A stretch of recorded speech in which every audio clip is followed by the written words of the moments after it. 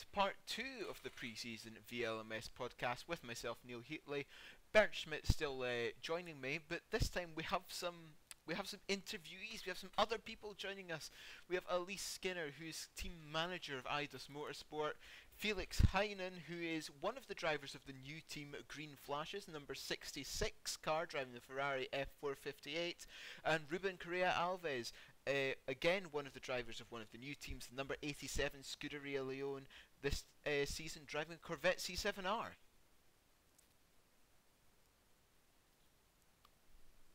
So if we start with, let's start with Elise. You're obviously team manager of the number 17 car, the Eidos Motorsport car. How did you find SRC to begin with? How did you join the VLMS? Well, obviously, finding out about SRC in general, ironically from finding out from a friend of mine, Nicholas Hillebrand, who drives in Magenta in Division 1. And I've known about it from him from years, and then having other guys and friends who drive in the series as well. And I always said to myself, I want to be in VEC, I want to have a team or drive in VEC. So over onto our factors from previous sims, and I decided, obviously it was to come to VLMS this year. We managed to get the drivers together, and it's being a great experience, and this year's going to be a real learning curve for us. So obviously joining us, you are a brand new P2 team, but you have several well-known drivers. You've got 3 of them signed up at the moment. You've got Thomas Hinz, you've got Mark V, and you've got David Yunt, all well-known within SRC here. How did you tempt them over to your new team? Well, one of the David was a very last-minute signing, as Bern will know quite well, as I spoke to Bern quite a bit about all this. But David was a very last-minute signing, as we weren't sure about our drivers having the license and stuff in time. So David hopped on board and got the license to line up alongside Tom, who got his license perfectly in time. Tom, I managed to persuade, if you'd say so, over to the team. I basically just messaged him and said, "Oi, I'm starting VLMS team. If you want to do another season in VLMS, I'll take you on. It's LMP2." He basically went, "Yeah, go for it." So he joined pretty quickly. And Mark, I've known from I've watched a lot from VEC Division 2, or just VEC in general from Deltec, and I know his team boss Marius van Wyk from another endurance series called ISEC. And obviously Mark put a topic up in the drivers looking for teams, and I messaged Mark and said, "Look, I'm starting up an LMP2 team. We're a new team. If you want to come join us, then it'd be great. You're going to have a couple of experienced teammates, so hopefully you join." And he replied back saying, "Yeah, let's go for it." Excellent. So how have you found that your teammates are sort of like bonding together so far? Are they sort of like working well? You're all sharing setups? Is it going swimmingly so far? Well, 2 of them thankfully know each other already quite well, David and Tom having been together previously as teammates. But obviously Mark, recently we haven't been able to speak to, but hopefully we can get everything sorted out soon. It's just that last case of just making sure we're all there at the same time, so we can make sure we get those last-minute adjustments ready for the first round at Indianapolis. But it has been going well. It's been a lot easier to get to talk to these guys than I first thought. Being myself, I wasn't exactly too confident about talking to some people because it's just who I am. But it's been going really well, and it's great to have such supportive guys on the team. So, Felix, I'll head on to you now, one of the drivers of the new team, the number 66 Green Flashes. How did you come into the VLMS, and how do you know your teammate Marcus Frauhoff? Yes, first hello to everyone. Yeah, I'm a long-time follower of SRC, or prior it was the VEC, just the VEC. I joined the forum, I think, 2 years ago. Mainly because I myself am a league admin of an R Factor 2 series, so it was like kind of looking how they play with R Factor, how they handle it, and was not I was not into racing in the first years, Uh, but now I saw that they started a new season, and I was like, yeah, maybe I can ask one of my drivers if they want to join me with VLMS, like Markus Frühauf, and he said yes, maybe we can try if we can get a spot there, and yeah, let's see how it works. So, Green Flashes, where did the name for your team come from? I actually have no idea. The original founder, the team was founded, I think, nearly 9 years ago. The original founder was Benedict Löb, and I actually don't know why he chose this name. So, how are you finding your pre-season testing is getting on? Have you sort of like found a nice, reliable setup? Are you going for speed? How well are you working? I have to admit that so far we didn't do any testing. We were kind of doing the SRC Academy so far, and yeah, we so far we had no time in testing the vehicles or our car. It was pretty clear that we took the Ferrari because we already had a skin for it, and so it was kind of clear that we took this car and not any other. So no testing for cars, just see how it works. But testing will start, I think, maybe this weekend or in the next days. Oh, I certainly hope it does start in the next days, because the first round is certainly bearing down upon us. Yeah. But I've got to ask a similar question to Elisa. Actually, I forgot about that. How did the name Idus Racing come about? Well, Idus Motorsport, even. Well, actually, it's been so long now with the team's been running, about 4 years now that I've had this team going on. But I can't remember exactly how it came about. But I just thought we'll go for something original. We'll go for something that I've never seen, and we just came up with Eidos, particularly, or Eidos, sorry. Like, it's funny because and it's like the one thing we've always had issues with the team name is that people keep pronouncing it wrong. So they either go Eidos or Idos or something like that when it's actually Eidos Motorsports, as you pronounced it correctly earlier. But it's just it's an original name that we tried to come up with, and we think it worked, and it's just stuck with us ever since. Very interesting. Now, Ruben, you are the team owner and driver of Scuderia Leon, the number 87. How did you come into the SRC fold? I noticed that you've got a couple of, and yourself, of course, pretty lightning drivers in that team. Yeah, we're pretty fortunate to have an array of very fast and all Dutch drivers. So yeah, first and foremost, it's just very nice to be able to stay to our roots and stay as a Dutch team and still have drivers that can perform and be competitive that way. So we've entered the Virtual Endurance Championship in season 8, halfway through, and Haniel Sabdi was already a familiar name for many of you probably. He was already running in VEC for Revolution Racing back then, and he and co-owner of our team, Kevin Roding, they together entered the Sebring 12 hours just as an experiment. Like, endurance racing was new for our team, and our team wasn't even existing for very long back then. We exist from 2015, so almost 2 years now. But yeah, they entered the 12 hours of Sebring in Room 1 in the GT Pro class, and they won that race. And it was like it began as an experiment, and it ended up being a very successful story. And then they went on to win the Istanbul 6 hours after that. And then after that, like, I didn't race back then, but I was a team owner, so we were still kind of figuring out what we wanted to do with the team. We were doing a lot of national races in the Netherlands, but we also wanted to do international stuff such as the VEC, and back then you had the Virtual GT Championship, which I think only got just one season and then got replaced by the Virtual Le Mans Series.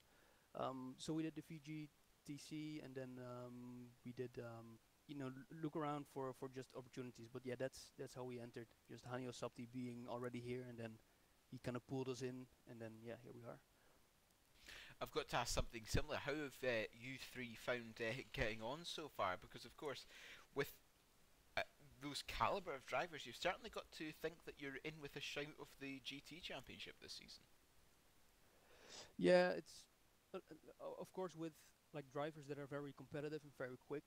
Like each and every driver has his own goal. Like especially for someone like Hanio Sapti, he's here to win. Like he gets that goal, and then if he can't win, then he just has that drive to get there. And then it's the same for Kevin Roding. And I think for the entire team, our drive is always to do our best and get up there. But at the same time, like our goal is to get back in the Virtual Endurance Championship. Like we wanted to do a full season in season 8, but we only joined halfway through, so that was just like more of an experiment. They wanted to do season 9, that just didn't materialize, and then same for season 10. Like we didn't have enough drivers to create a competitive team that could do all the rounds. Like we could do the shorter races, but especially for the 12 hours and the 24-hour races, it's a little bit difficult to do that with 2 or 3 guys. You just want to have enough drivers and then have some backups maybe if one can go. So yes, we're here and trying to do the best that we can, and if we can fight for wins and maybe fight for the championship, that would be great. But at the same time, this is like the short-term plan is just to do this, and then in 2018 we'll be looking at a Virtual Endurance Championship entry. So the VLMS is just a way to get back into endurance racing after being out of it for almost a year. So we'll see. I mean, if we can win races or fight for podiums, we'll certainly be happy. But we'll have to see. Like we've been away for such a long time that there are a lot of new drivers and a lot of new teams here that will probably be very competitive. And there are a couple of familiar names as well that we know are pretty quick. So yeah, we'll see. It's just a matter of preparing the best that we can, and then we'll see in Indianapolis. I've got to ask yet again a similar question as I asked the other two. Where did your team name come from as well? Well, it's pretty straightforward actually. The animal of the Netherlands is a lion, and we set out to create a team that's completely Dutch with international ambitions. So we want to do international stuff, but we wanted to keep the team Dutch. So all Dutch drivers, it just makes it easier to prepare and work together. And no, it has been easy to prepare for races because you all speak the same language, and it works very nicely. So when we created the team, we wanted to work on like the visuals and the name, and we have our own website and all that. We wanted to stay true to who we are, and we are Dutch. So the the lion was a kind of an obvious route for us to take. But then when we thought about names, we can't really use a Dutch name because then, like, if we wanted to do international stuff, then a Dutch name wouldn't make any sense. And then Team Lion didn't really sound cool. So we figured, like, take that easy word and then just look into other languages. So Scuderia Leone is Italian for Team Lion. So it's a very simple name, but it sounds exotic because it's for us, a different language. But in essence, it's just a very basic name that represents who we are. We are Dutch, and we're gonna fight for the best podiums and wins if we can. And I think that represents the power of a lion, maybe. So that's where it came from. But it's very straightforward. It's not a crazy thinking about it or whatever. But yeah. I must say I've had a similar outlook for my own team that I run in a different club here. I've got my team, but I've translated into Gaelic instead, so it sounds slightly more it sounds slightly more exotic as well. And it also has the bonus that not many people can pronounce it as well. So so there we go. But asking sort of like all three of you now, we have 8 rounds here in the VLMS: Indianapolis, Fuji, Istanbul, Suzuka, Interlagos, Sebring, Silverstone, then finally Le Mans. Which races are you looking forward to? Which tracks do you think are going to provide the most challenges to yourself and your team? If we start with Felix. Yeah, I think Sebring will be the greatest challenge for our team because I like the track pretty much. I drove it, I think, like in 20 races or something like this, and even endurance races, and it's like I can drive it blind. But my teammate Marcus, it's his worst track. So it could be a great, a good, huge challenge to find a good setup and find the speed on this track for him. That's part of the danger of having more than two people, having multiple people in a team here, is that one person's really strong track could be another person's weakest track, and you're finding that in your team. So, Ruben, same question to you. What tracks are you looking forward to? Which tracks do you think are going to be a challenge this season? I don't know. I think like I am a driver, but I think Kevin and Hani will be the primary driver. So it will be a compromise between their driving styles, and then I'll just have to adapt.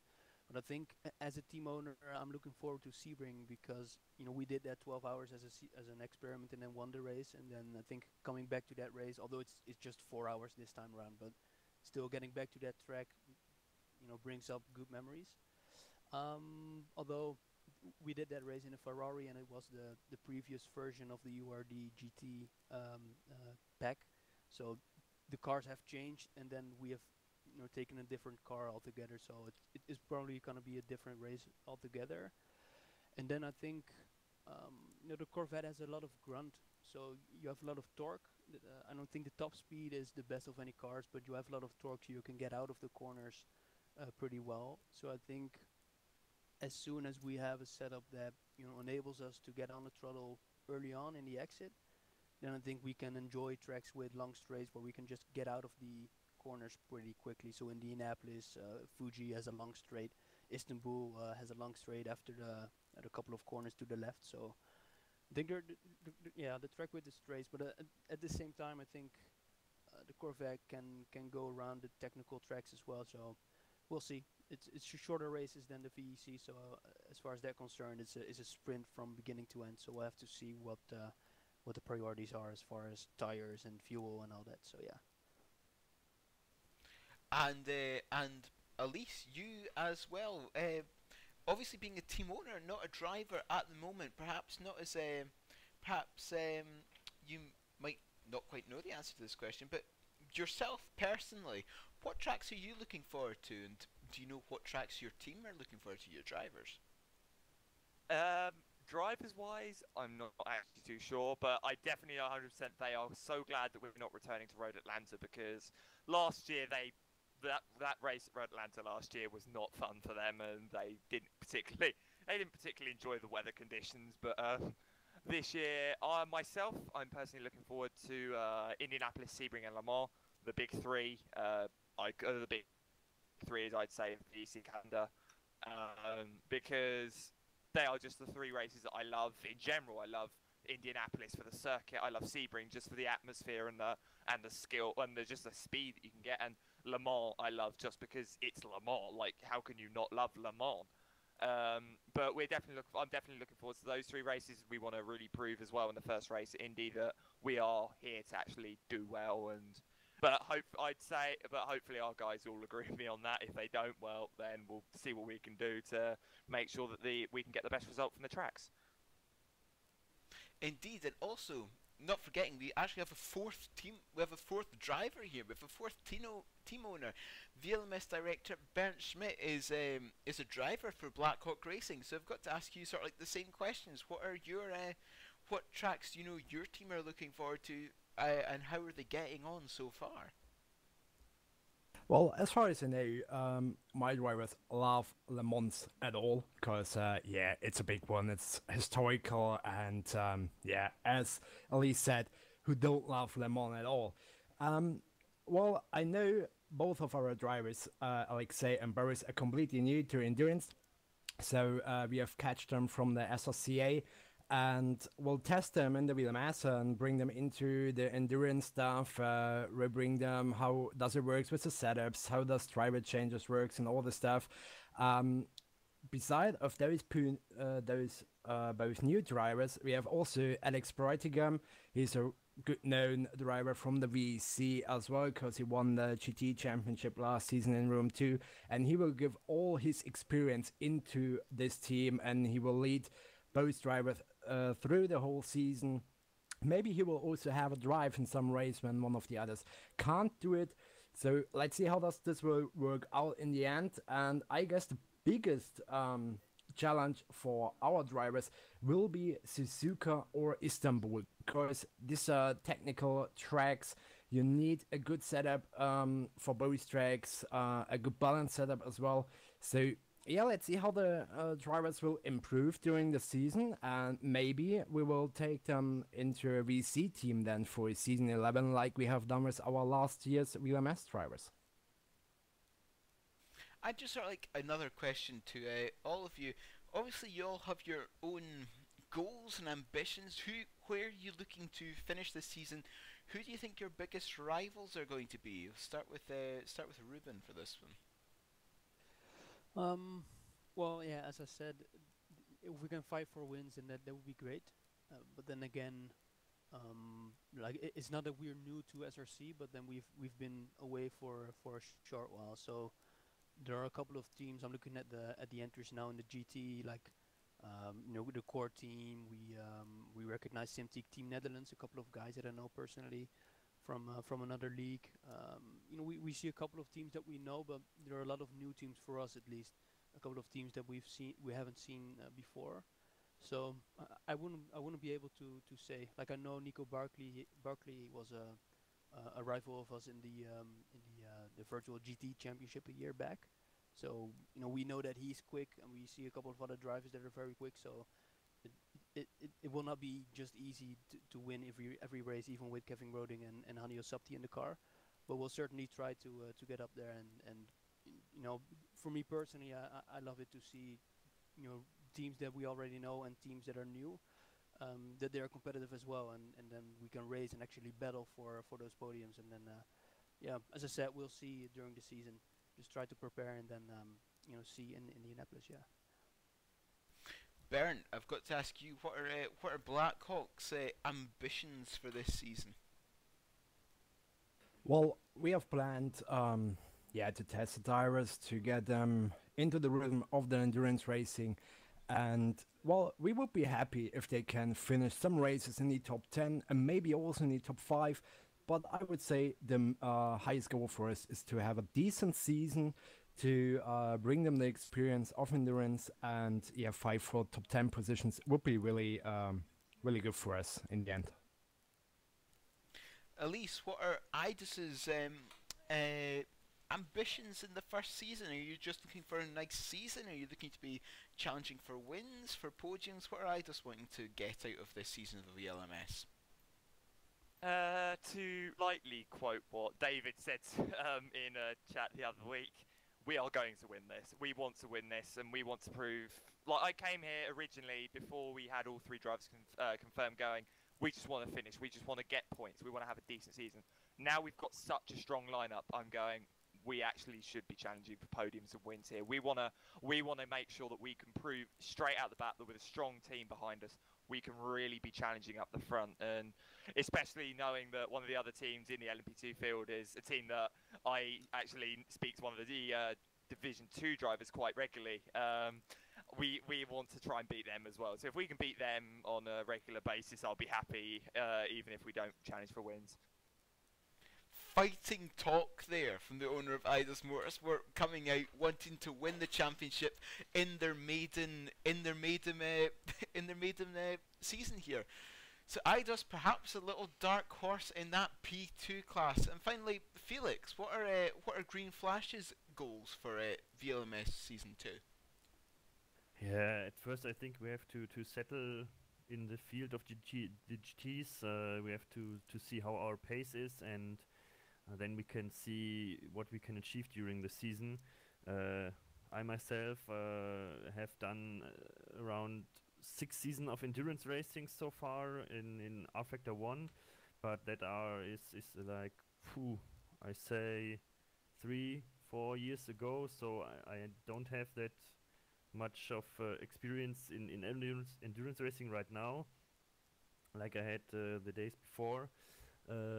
We'll see. Marcus, he has very, very less endurance racing experience, so I think the first 2 to 3 races are just looking where we are from our pace, and then maybe we look what will happen, how are our positions in the races, and how we came along with the LMPs, especially the overlappings, and that will be some kind of challenge for us in the first races, I think. Interesting. So a lot of very interesting views from, well, all four people here about four different teams, what they're wanting to achieve this season. We now have joining us as well Sherwin van der Sloot from the number 63 Simtech Netherlands car, driving a Corvette C7R this season. And Sherwin, what how did you find the SRC? How did you come to join VLMS? Well, it happened 2 seasons ago. I was newly joined Simtech, and yeah, we were looking for. I was looking to get more into the endurance racing.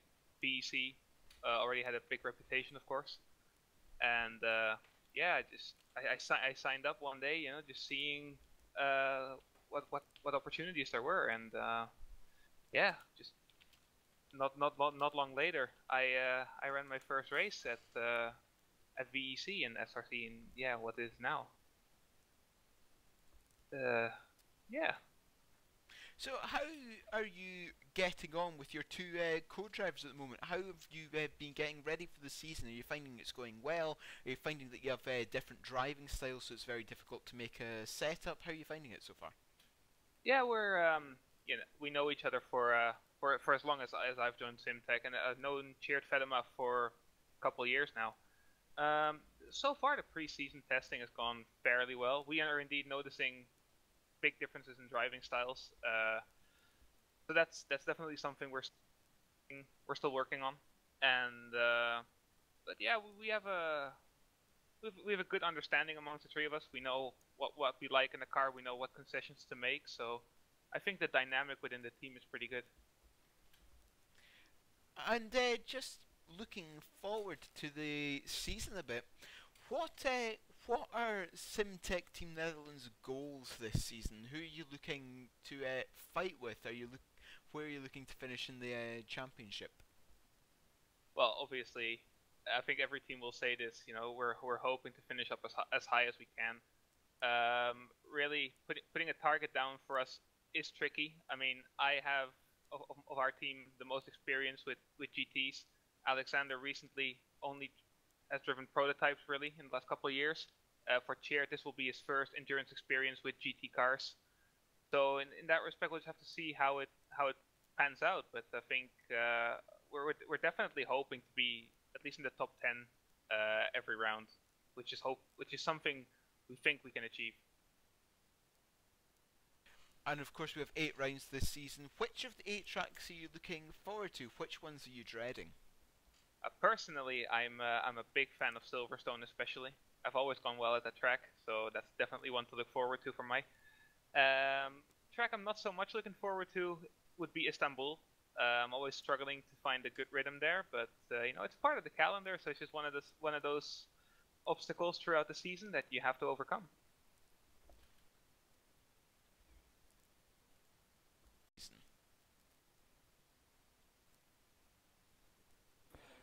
Alright, and here we go then. Joshua Anderson just joined us. He was a leading commentator last season in the Virtual Le Mans series.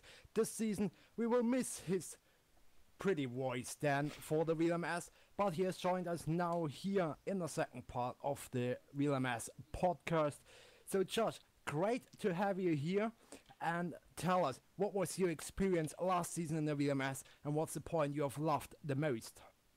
Oh, well, my favourite bit of last year was just trying to keep Neil in check, to be honest with you. That was the toughest bit and the most fun at the same time. But yeah, VLMS last year, brilliant way to get the series launched, and I was very happy to be a part of it. It's a shame I won't be back this year, just trying to concentrate on VEC really. But I am going to miss it, because the 4-hour races, it's much more of a sprint than VEC was. So it is going to be a shame that I'm not going to be able to witness the action from the commentary box, rather as a spectator this year. But I'm sure I'll love watching it, and watching all these new teams as well have a go at the 4-hour format.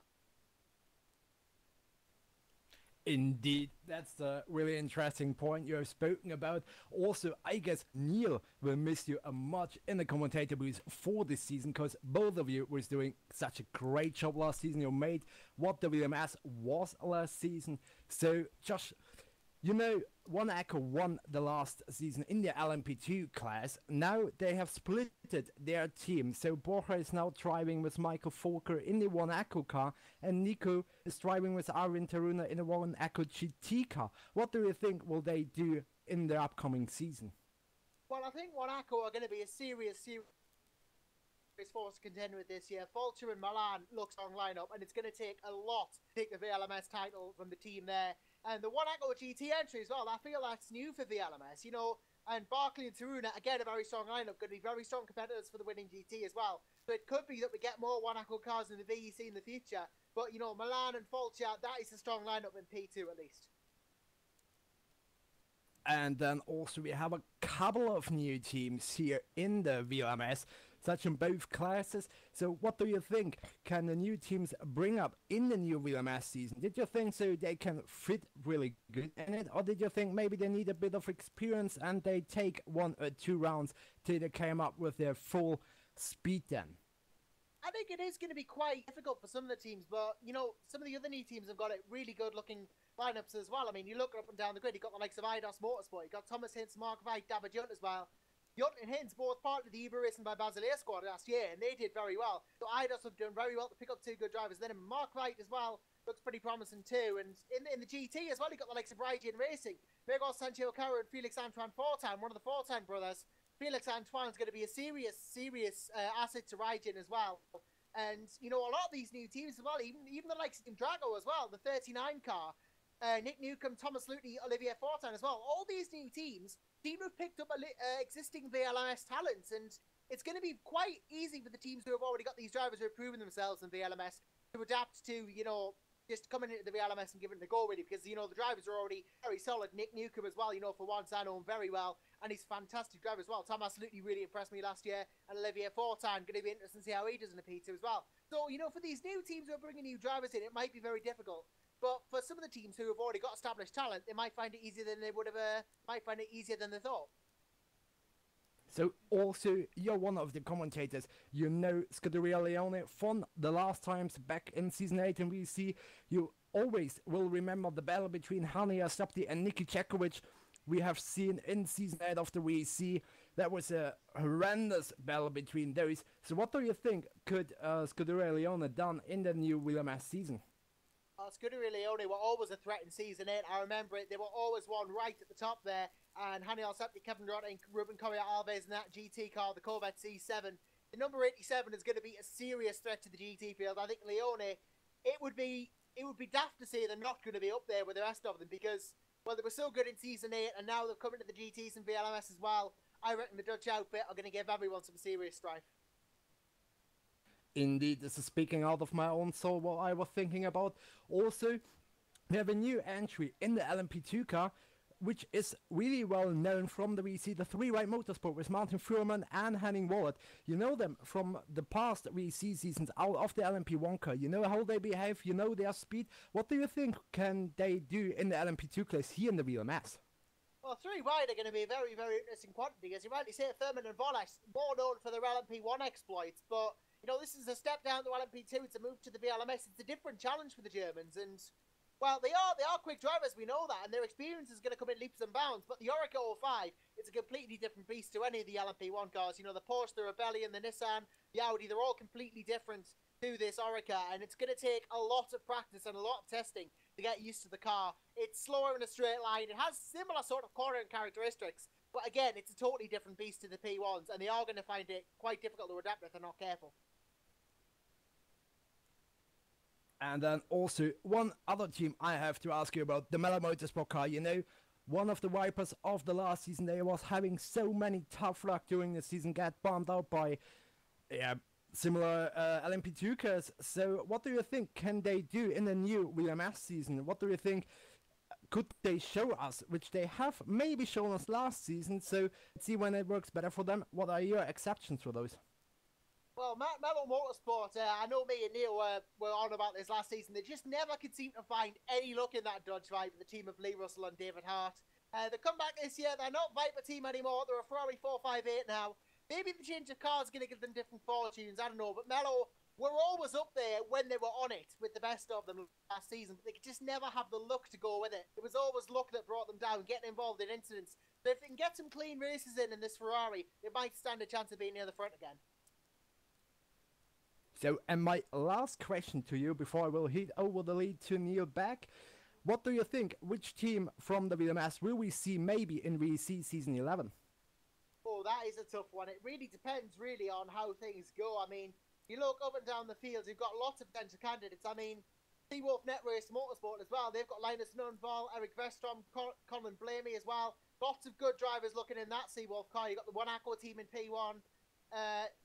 The number one in the P2s, they're all looking good as well. It's really too close to call at the moment, I think, at the start of the season without having a couple of races in. But definitely One Aqua, the Simtech cars, Seawolf in P2, they're ones to watch, as well as the One Aqua car in GT, as well as the Raijin, the Scuderia Leone. Maybe even the Atlantic Motorsport as car, Marcelo Riano and Carlos Reyna could be a really serious good contender, but it's just, there's so many good entries, it's too difficult to say. Alright, that sounds pretty good to me, so thank you for answering my questions. Now I will give back the league to Neil Heatley, and maybe he will have some questions also to you. Not particularly. You've pretty much said everything that I wanted to say, Bernd. Indeed, Josh, the previous lead commentator for VLMS Season 1, sadly not joining us this season, want to focus on the VC, so I am stepping into the mighty boots of Joshua Anderson, and I will hopefully bring as much excitement and fun to the broadcast as Josh did. But of course, that leaves a second place in the broadcast, and Elise Skinner, who we have been talking to, the team manager of IDIS Motorsports, is going to be joining me in the commentary booth for the season. So, two people again. It's going to be a fantastic season. Thank you to all of you for joining us, and hopefully this season is going to be even better than the first.